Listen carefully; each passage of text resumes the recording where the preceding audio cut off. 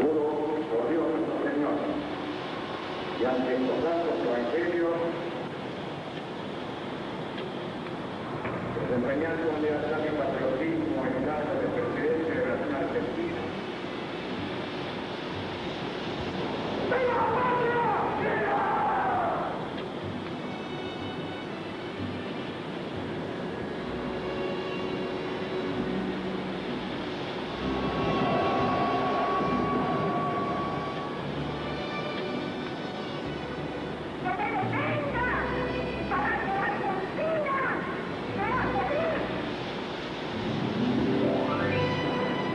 Nuestros hijos que nos sigan, pero que no nos dejen en esta incertidumbre. Yo tengo 2 hijas desaparecidas.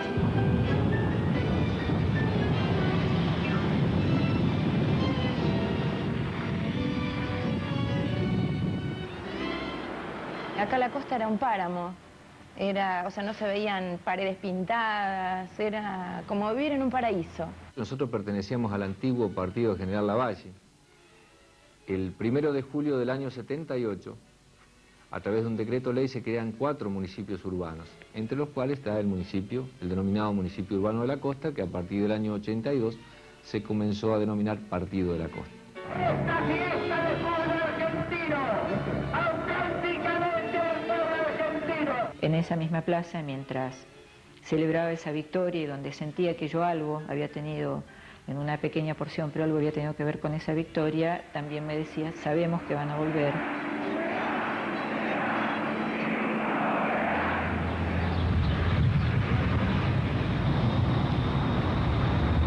Ya están anunciando que estamos llegando.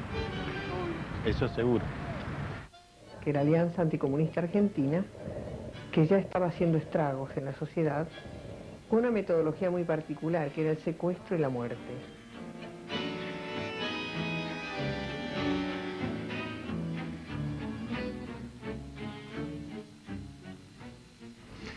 Era una sociedad distinta, era una sociedad mucho más unida. Igualmente, como estos chicos, y en aquellos años, estamos hablando casi de 25 años a la fecha, todavía nuestra población era más reducida, es evidente que tenía que haber algún tipo de comentarios, ¿no es cierto? Los crímenes de la AAA durante todo ese año fueron muchos. Esto era muy precario todo. No nos olvidemos de que ni siquiera teníamos hospital, apenas una salita de emergencia.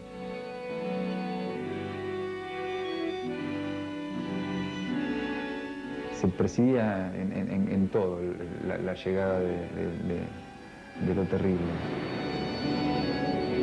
En esa época que aparecían los cadáveres en verano, me acuerdo. Y ya se sabía que había muertes, que había fusilamientos en las calles y que había mucha persecución. Se preveía, se sabía que podía llegar a producirse, no se sabía en qué momento preciso. Nos fueron preparando para ese peligro que no sabíamos que iba a ser tan grande, que vino el 24 de marzo del 76. Vivo el golpe como una especie de tragedia nacional.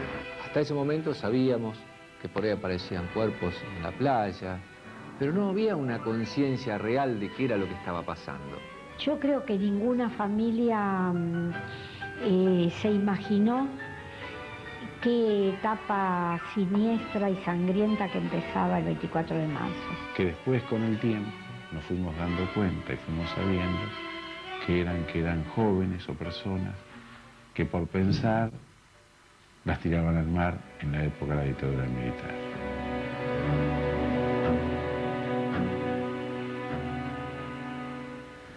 Por eso es muy probable que sean los cuerpos esos que tiraban de los aviones, ¿cierto? Que fue la manera hasta ahí. Es muy probable, porque no había enfrentamiento por estos lados. Así que es muy probable que sea eso. En una oportunidad, estando yo acá en el bar, estábamos fuera de temporada, es lo que me acuerdo, porque hace muchos años de esto. En este mismo lugar se sentó una persona alta, unos 50 años, rubio, delgado, y se puso a tomar whisky. O sea, me pidió un whisky, después otro whisky, y así Se puso a charlar conmigo, parecía como que estuviera muy ansioso por hablar. Cuando, después de unos cuantos whisky, este hombre me comenta de que estábamos viviendo, me dice, como una situación muy delicada, muy grave, así la calificó, muy grave. Entonces, en la conversación, bueno, por supuesto le pregunto por qué, y me dice, realmente, dice, estamos tirando gente viva al mar.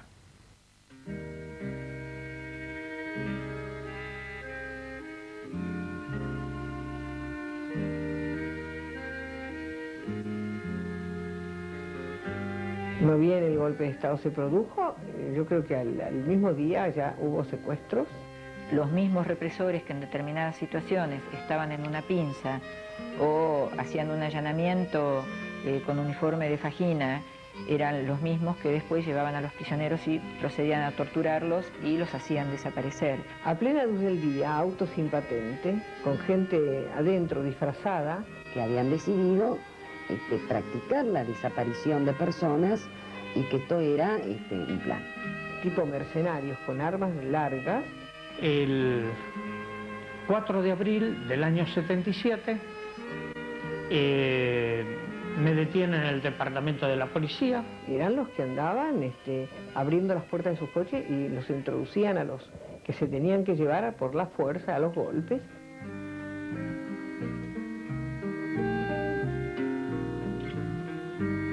Llegó un momento en que lo único que esperábamos o lo único que nos preguntábamos era ¿cuándo me toca a mí? ¿Cuándo me toca? Mi hijo fue secuestrado en la estación Castelar el 15 de abril de 1977. En realidad empezaba antes del secuestro, porque para ir a secuestrar a una persona tenían que haber arrancado la información a otra persona que estaba secuestrada. Y a partir de ahí empiezan las cadenas de delación.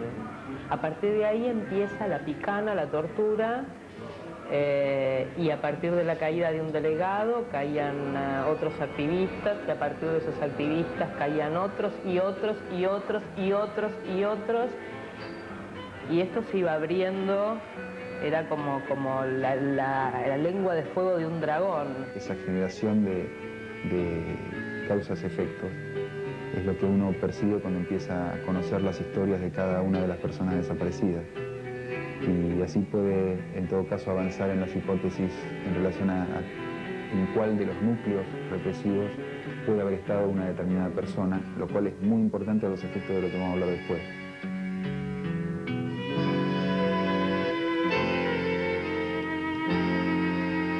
Los vehículos con los secuestrados era una de las entradas. Otra de las entradas es por atrás, pero a mí me entraban por acá.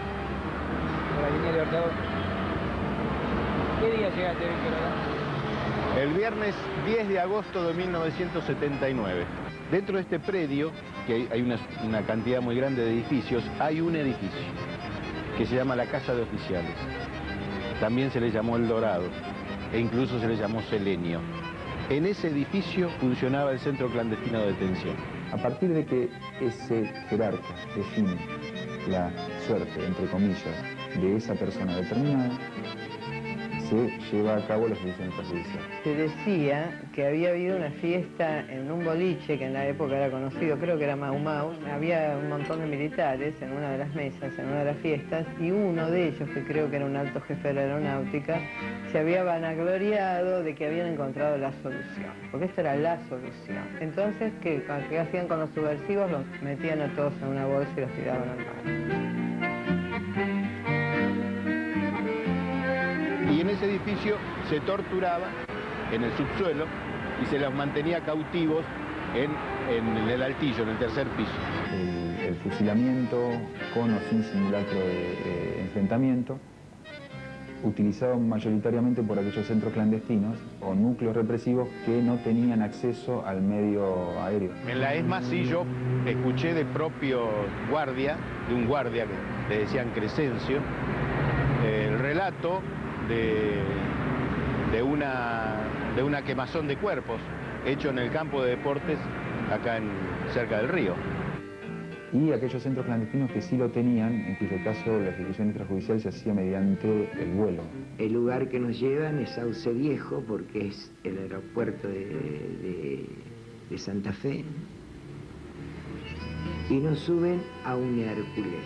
Yo tengo una parienta que trabajaba en el Ministerio de Economía con mucho miedo. Decía, yo veo todas las mañanas pasar o helicópteros o aviones pasando bajo y tiran esas bolsas, tiran gente ahí. Que generalmente los días miércoles, con distintas frecuencias, según estuviera más o menos llena la capucha, llegaba un momento en que todas las luces se apagaban, que los verdes estaban más como locos que habitualmente, que empezaban a leer una lista de números, nosotros éramos números ahí adentro, y que después sentías el ruido de las cadenas. Que era terrible ver la zona de Capucha densamente poblada, con 40, 50 personas, y volver a la noche de nuestro lugar de trabajo y encontrar Capucha totalmente vacía. Yo sentía el golpear de las cadenas de los grilletes sobre la baldosa. 1, 2, 3, iban pasando las personas. A estos compañeros se les daba una inyección, se los subía en camiones, ya medio tontados, que se los llevaba a la zona militar de Aeroparque, y que ahí se los cargaban los aviones y que nunca más volvían de ahí. Lo que sí se sabía era que el trasladado no aparecía más, y si no aparecía más era porque estaba muerto. Lo que a mí siempre me obsesiona es el hecho de que no sabíamos cuántas personas había en el avión y no sabía cuántas llegamos a Buenos Aires, porque no sabía cuántas eran las que habíamos salido. Uno una vez le contó a un compañero que al principio no sabían qué hacer con pero esto no lo supe no lo supe mucho después.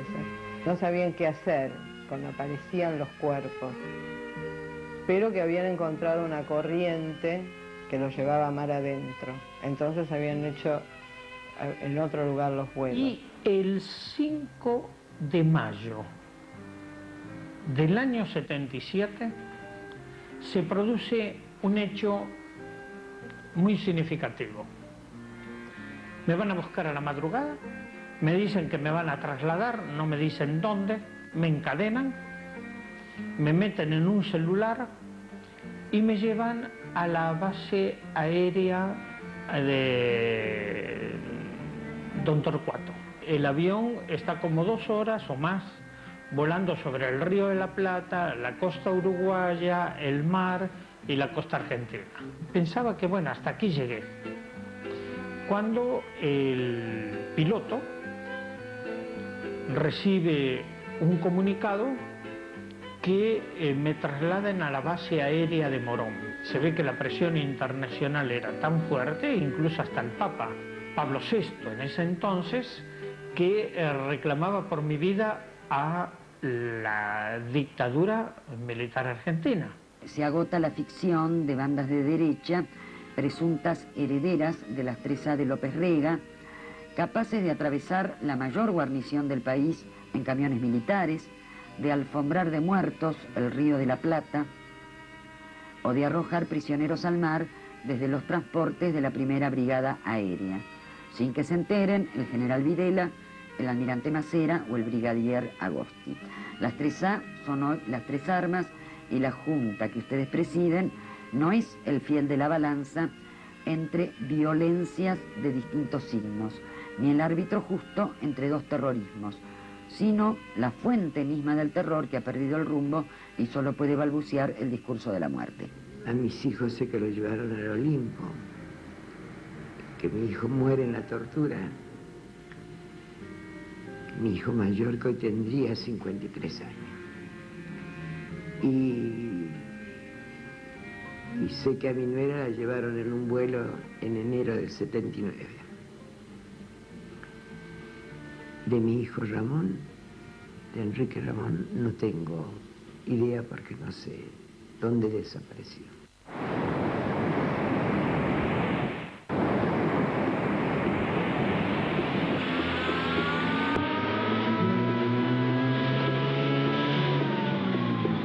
Nos vamos enterando de una u otra manera que empiezan a aparecer cadáveres en las costas de lo que era General Lavalle y luego el partido de la Costa. Era diciembre del 76, si mal no recuerdo, sí, justamente diciembre del 76 apareció los primeros 2, 3, 4, 5. Después, correlativamente, ese año y el año siguiente, 77, llegamos a 14 cadáveres, siempre más o menos para la época de diciembre. Yo participé de los 14 cuerpos que se encontraron, aparecieron en la playa, 11 fui yo. Permanentemente aquí en la costa aparecían cadáveres. Yo estoy hablando de haber recogido más de 20, con los bomberos, ¿no?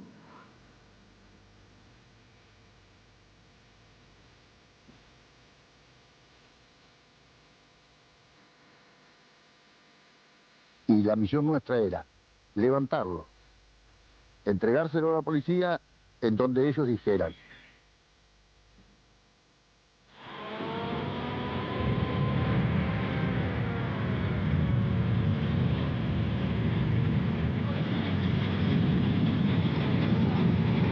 Decían, ¿y si estamos bañando y aparece uno? ¿Viste? Y decían, bueno, que los cuerpos estaban muy descompuestos, que no te dabas cuenta que eran cuerpos porque estaban así muy hinchados y desgajados.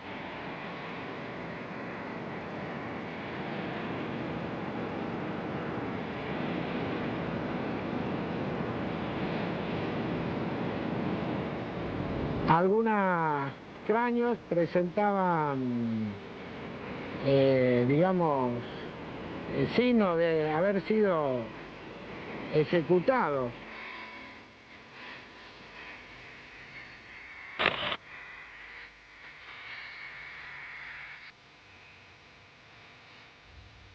Había cadáveres que le faltaban los brazos.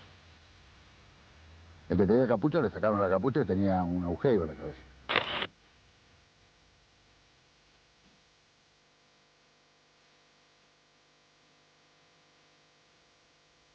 Con ligaduras de soga en las piernas, ligaduras de soga en las manos, algunos encapuchados.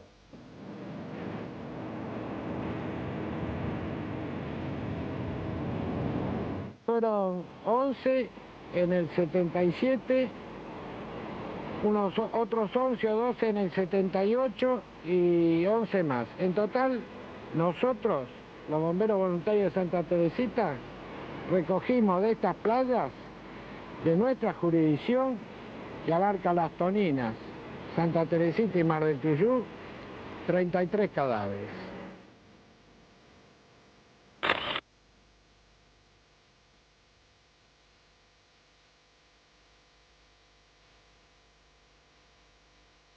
Yo me acuerdo que el doctor Dios, Roberto León Dios, que era el médico policía, me decía, ¿ves? Este es un tiro de fan.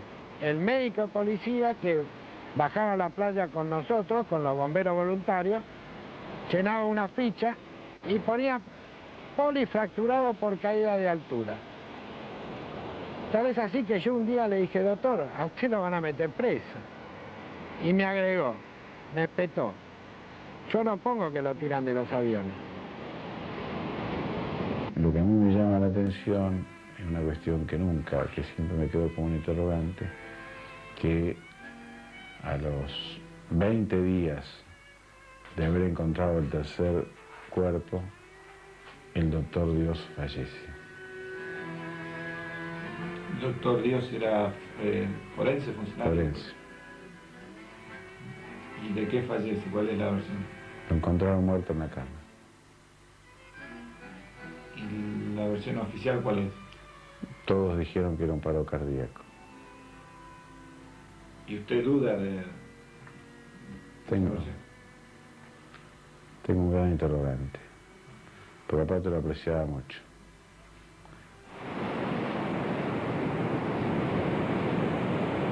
Cuando llegamos, bueno, vimos lo que vimos, era un cuerpo de una chica joven, atada con alambre, y era, o sea, se sentía un olor feo, un olor raro. Se veía un cuerpo de mujer, pero mutilado. En el año 77 sería más o menos aproximadamente, me acuerdo porque mi señora estaba embarazada de un nene que tenemos del 78. Me llamaron alrededor del mediodía para sacar un cuerpo que había aparecido en la playa. Bueno, vine con la ambulancia, lo cargamos sobre una chapa. Al cuerpo le faltaba la cabeza, la parte de las muñecas, la parte de los pies y las extremidades. Eso es lo que le faltaba. Y bueno, lo cargamos en una chapa en descomposición.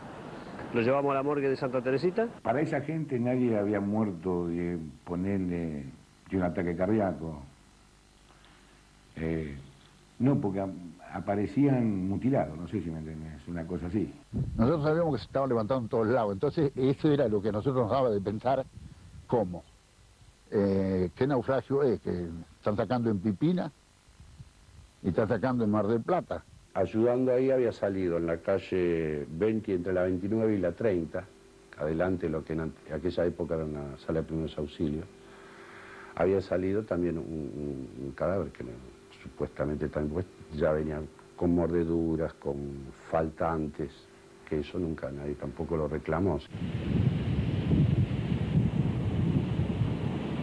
Yo hablé con Chilingo de ese tema.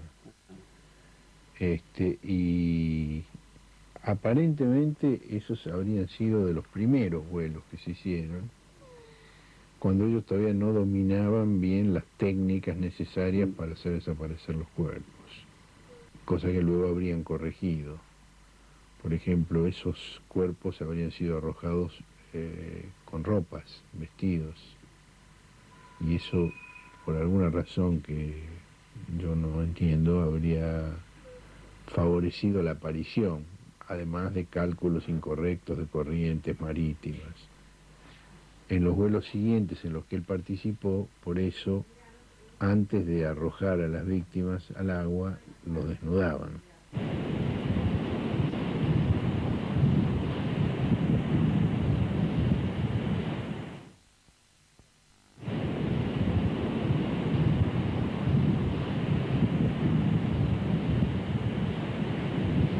La labor de bomberos se resumía, digamos, a venir, levantar el despojo en una Gladiator, llevarlos a la unidad sanitaria en aquel entonces de Santa Teresita, en la calle 39, esquina 5, a un chalet que se denominaba morgue, pero que carecía totalmente de frío, o lo que conocemos nosotros por una morgue. Porque el agua salada no les permitía, digamos, como es, entrar en descomposición.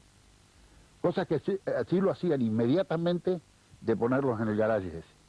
Que los ponían en la morgue ahí de Santa Teresita, en la calle 39, que había mucho olor, que no sabían qué hacer, que se amontonaban. Se había comentado que estaban bajando más cadáveres en la morgue, y bueno, me acerqué. En su primer momento no te dejaban acercar, en un momento ya habían bajado los cadáveres del camión, y bueno, pasé por la puerta y había fácilmente entre 7 o 8 cadáveres, todo apilado en la camilla, en el piso, y lo estaban acomodando. Estaban putrefactos. Se le cortaban las manos, me acuerdo que andábamos por todos lados buscando frascos de aceituna o de cebolla para poner las manos, que decían que las mandaban a La Plata.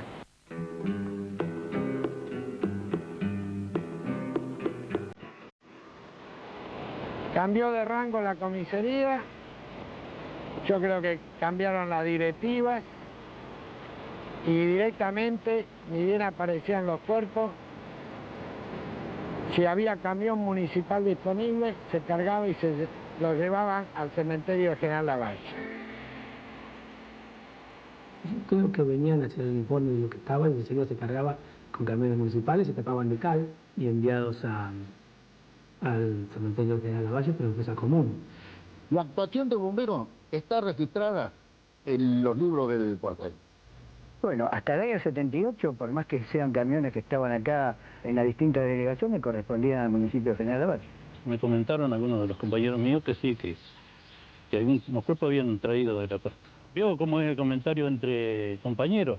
Dice, vos sabés que me tocó traer un cuerpo que de la costa, que le faltaban las manos. O así, vio, estaban los cuerpos medio destrozados, así. que ellos muchas veces iban a trabajar ahí a Mar de Ajó y en la tarde regresaban y cuando venían de vuelta les ponían los cadáveres.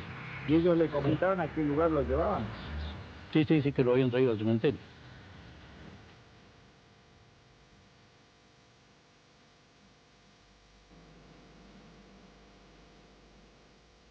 Lo que se escuchaba es que estaban saliendo con muertos en las playas.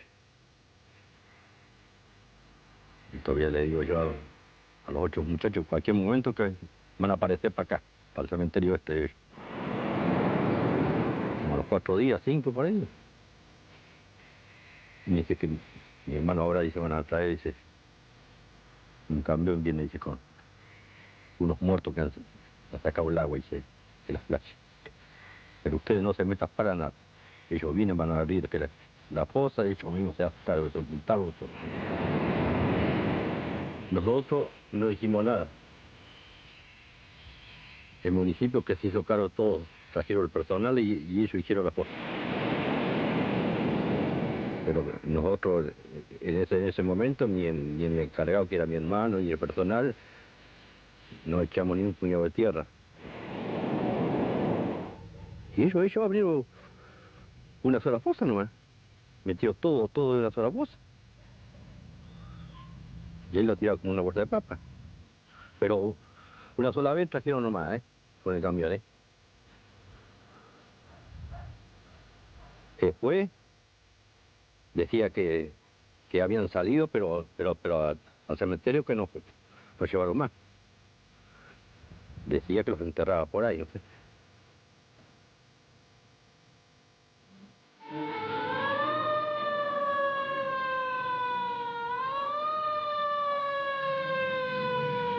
Cuando llegamos primero a esa playa, me recuerdo fuimos a Santa Teresita y fuimos con Emilio Miñone, con Chela Miñone y otras madres.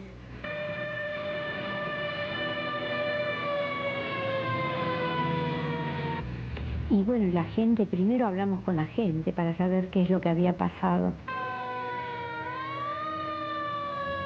Ahí enseguida la policía no había dejado arrimar a la gente que estaba allí.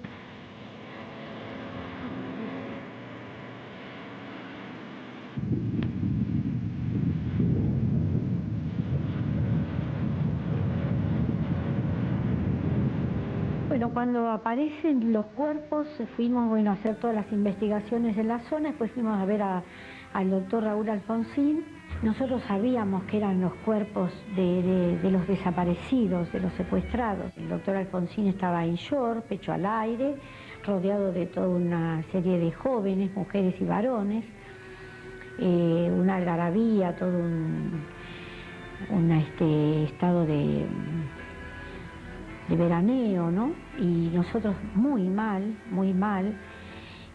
nos pusimos a llorar, le dijimos, venimos para saber quiénes son los cuerpos que aparecieron en las playas.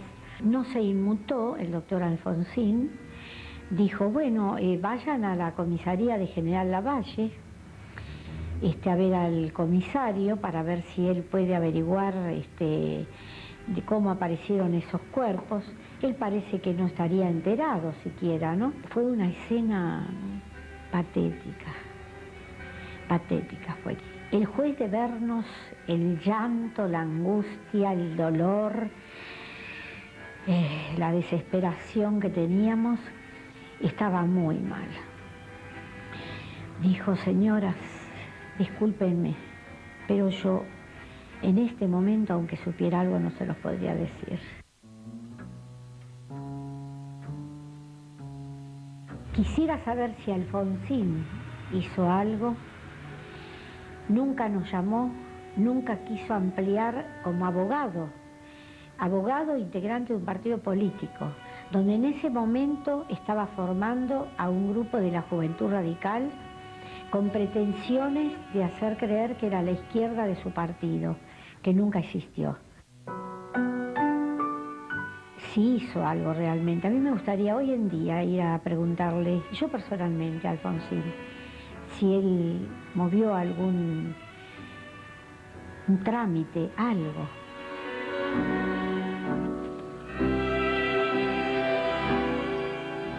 Después de ahí nos fuimos a preguntar en la conferencia episcopal. Ahí nos recibió Monseñor Castaña. Fui con Pepa Noya.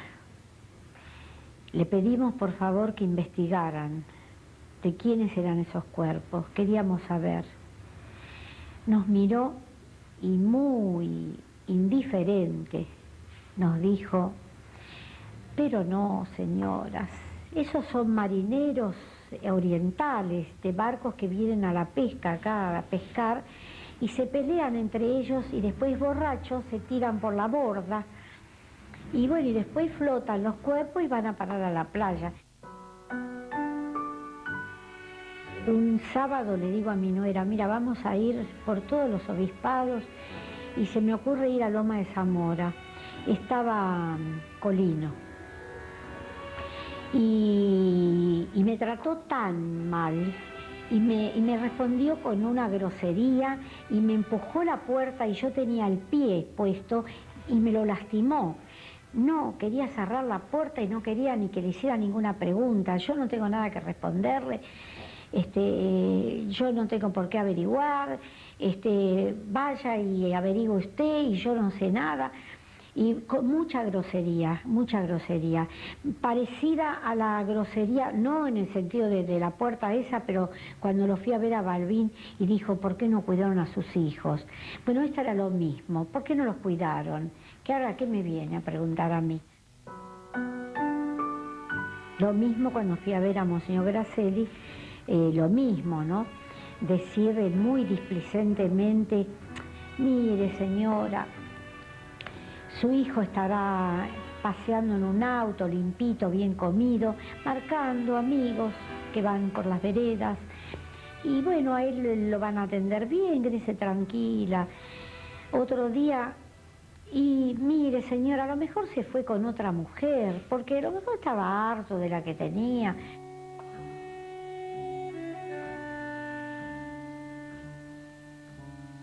Una cosa es decir cómplices y otra cosa es decir partícipes, y lo especifico, porque los capellanes y los encargados de las bases militares, de las tres fuerzas, estaban en los cuarteles, entraban a los campos de concentración, veían a la gente torturada, las palmeaban para decirle que siguieran hablando.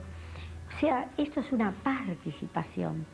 Y sin la participación de políticos, de la Iglesia, de empresarios, del poder económico, que es el que digitó todo, era imposible hacer una dictadura militar como la que fue en la Argentina. Imposible.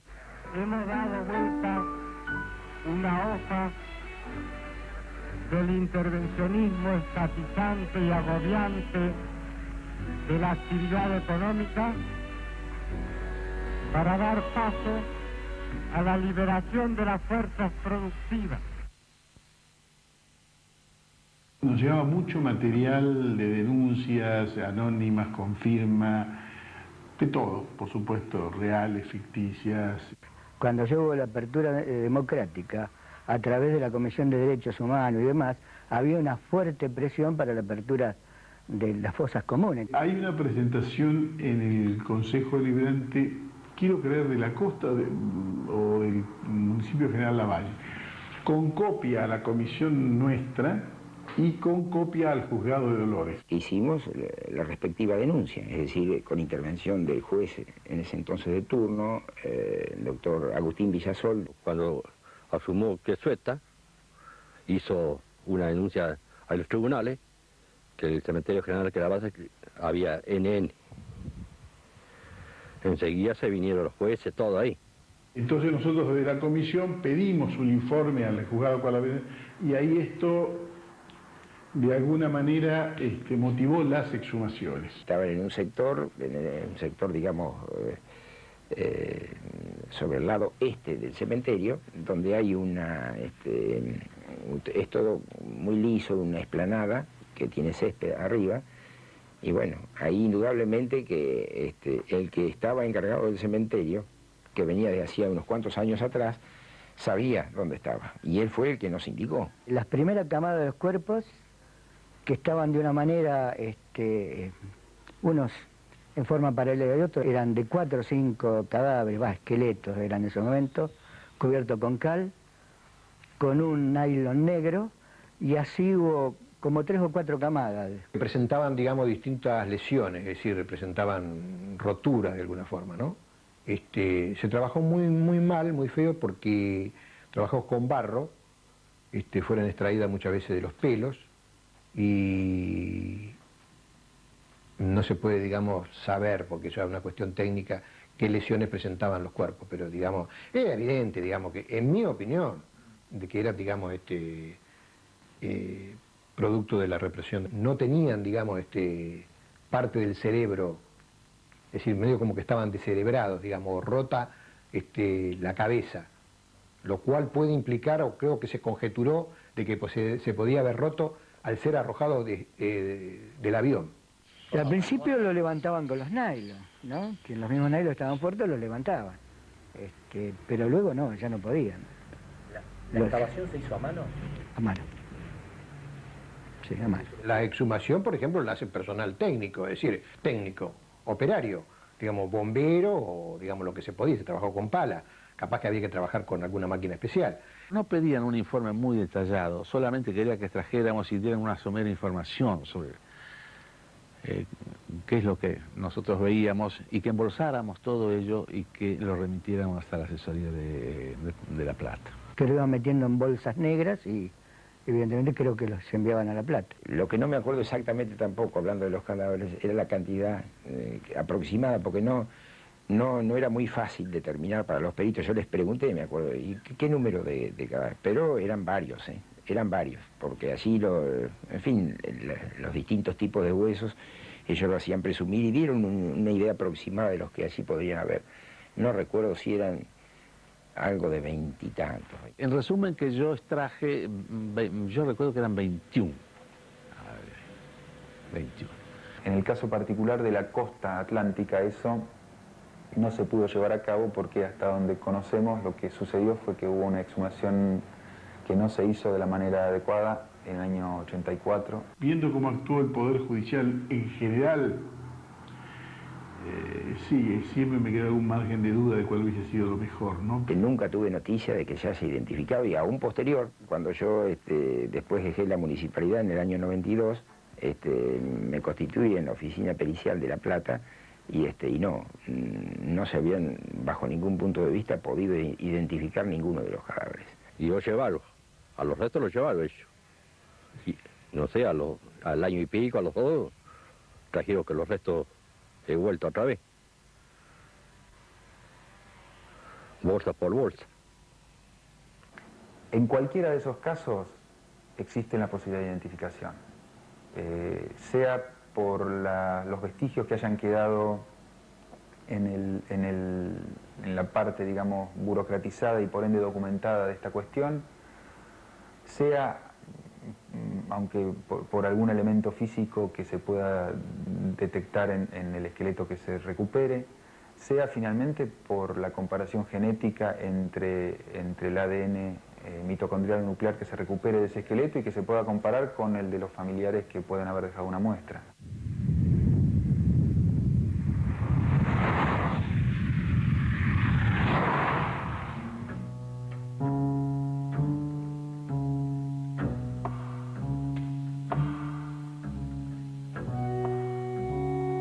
Digamos, la posibilidad de identificación es cierto que es difícil, es compleja y es remota, pero nunca se pierde la posibilidad de identificación. Hay una especie de preconcepto de acuerdo con el cual solo podrían ser identificables, entre comillas, aquellas personas que hubieran estado en los centros clandestinos que no tenían acceso a avión. Y eso es falso porque existe la posibilidad de identificar a personas que hayan sido sometidas al traslado aéreo. Es cierto que es mucho más difícil y que es estadísticamente mucho más improbable, pero imposible no.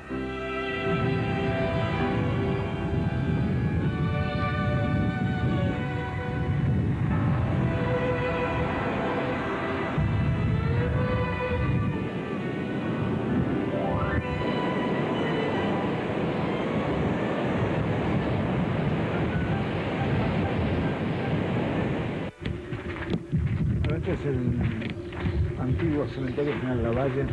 Los cuerpos que eran encontrados en las playas del actual Partido de la Costa eran traídos acá y enterrados en fosas comunes. Desenterrar estos cuerpos es traer a la superficie de lo que es nuestra sociedad una verdad que muchos quisieran no saberla, no palparla, esta verdad, porque así se quedan tranquilos de conciencia. Nosotros por eso somos partidarias de las exhumaciones, vamos a seguir adelante con la investigación de ustedes, porque esta es parte de nuestra historia. Según los documentos y los testimonios del funebrero en ese entonces Montenegro, los cuerpos después de La Plata fueron traídos acá, al cementerio de Lavalle. Yo le había puesto una cruz de fierro, pero sin nombre. Yo le había tenido que poner un cartel NN,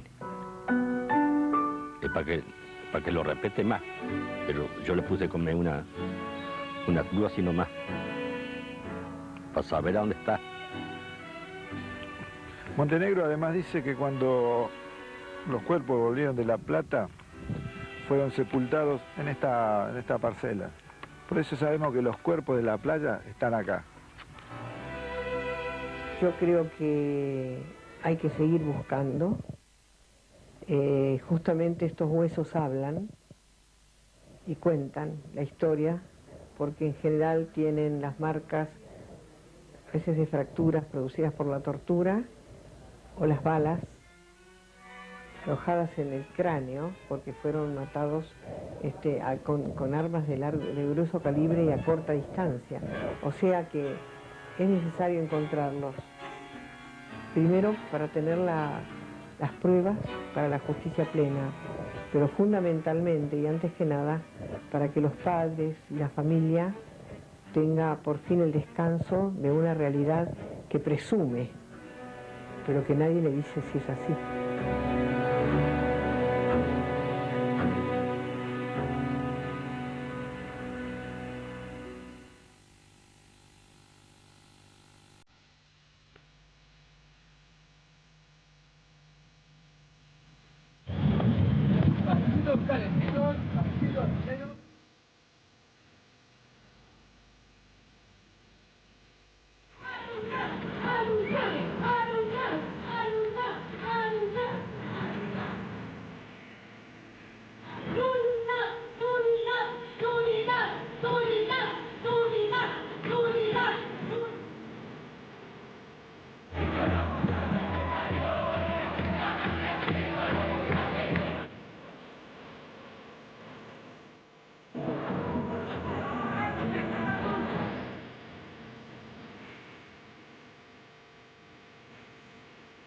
Decláranse insanablemente nulas las leyes número 23.492 y número 23.521. Artículo segundo, informe.